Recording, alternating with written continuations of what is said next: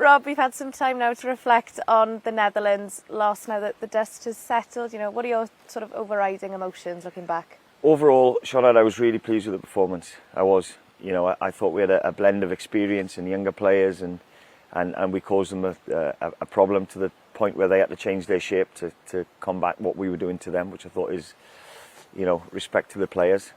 My one disappointment is that we didn't see the game out.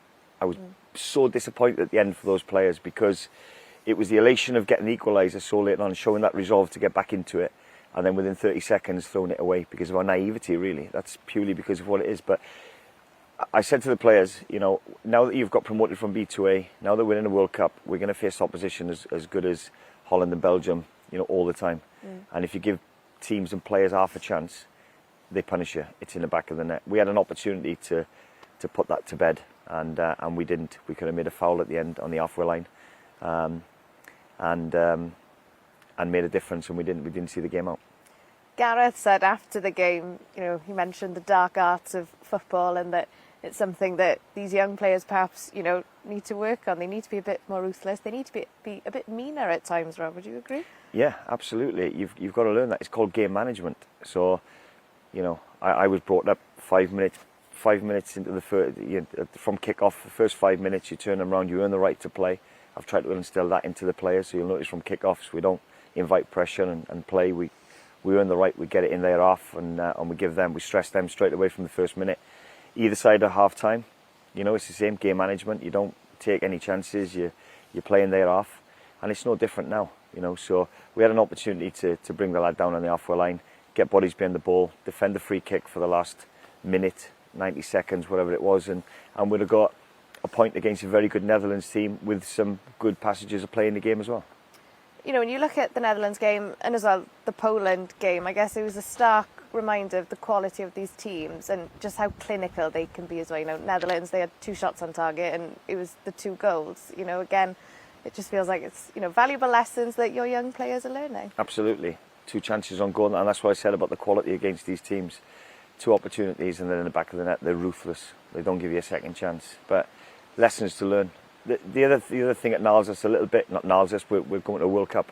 And because of that final game, we've got the opportunity to play in the World Cup. So I don't mean it from that point of view, but because of that final that was brought into these games, in tragic circumstances, I'm not going to, we're not going to cry too much about that, but it definitely had an impact on the Poland game. There's no guarantees in football. You can't guarantee to win a game, but I believe that if we'd have had all the squad available to us for that Poland game, the outcome would have been different. And I believe that against Holland as well, because both sides of the final were impacted by, our team selection was impacted because of the final. And we'll see a different opposition on Saturday.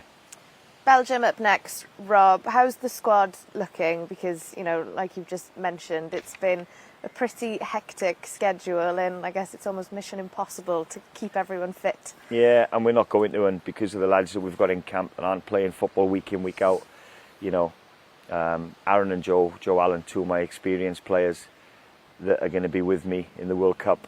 They've gone and played 90 minutes football in a final and run 12k, and we're outnumbered in the middle of the park 4-2 at some times. So for them to get through that, there's going to be repercussions because of that. Of course there is. So it's having to manage that. That had an impact on the team selection against Holland. It was unrealistic to ask them to go again. It's going to be similar circumstances in the World Cup. Every 4 days you can have a game.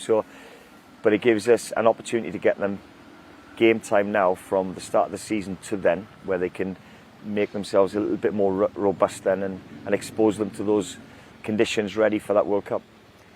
Belgium as an opposition, Rob, we're very, very familiar with them by now. What have you made of the start they've had to their Nations League campaign? A little bit indifferent, isn't it, Sinead? It's, they had a bit of a shock result, in my opinion, against Holland. Holland were very, very good, but Belgium went and put it right against Poland, and punished Poland for that. So every time you play Belgium, we know we're in for a tough game. We know the quality of players that they've got. They've got strength in depth. Whatever 11 he puts on that park, we know we're in for a tough test. But this is now about us. It's, of course we've got respect for the opposition, but this is about what we can do. I'm going to look at a couple of things tomorrow with one eye on the World Cup and what formations that we come across, how we deal with it. We might deal with it in a couple of different ways tomorrow. So it's about us giving those players experience of learning maybe different ways in how we approach games.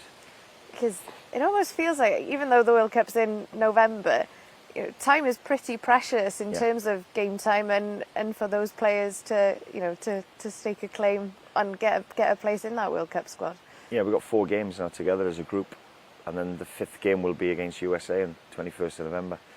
It's crazy. So I think a common sense approach as well with some of the injured players. So Kiefer's had to leave camp. We could have given him medication and got him through it, but that wouldn't help him in pre-season. That would have a knock-on effect on him. He'd miss another pre-season, and then we wouldn't have him ready for September, or he would, but he'd be at sort of 70% of what we want him 100% fit, ready to go September, and then continue that through to November. And we want the same with all the players. So we haven't got everybody fit. Joe Morel's broke his toe. We could keep him and inject the foot again and get him through it, but I don't see any value in that whatsoever. We need him for September. We need them for November.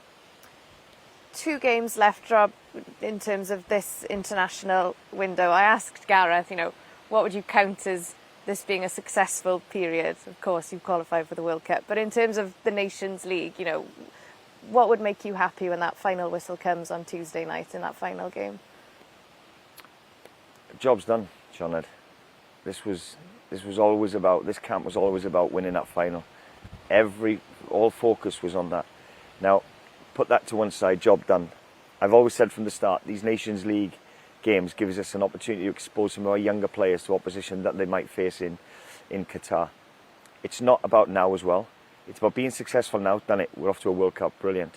It's about exposing these younger players so that we might not win games of football right now. We want to win, don't get me wrong, I'm not saying that for 1 minute, but it'll help us hopefully in a couple of years' time that Brennan Johnson, he might pop up and score the winner in an important game for us to get us through to a Euros or a World Cup, having gone through these experiences now.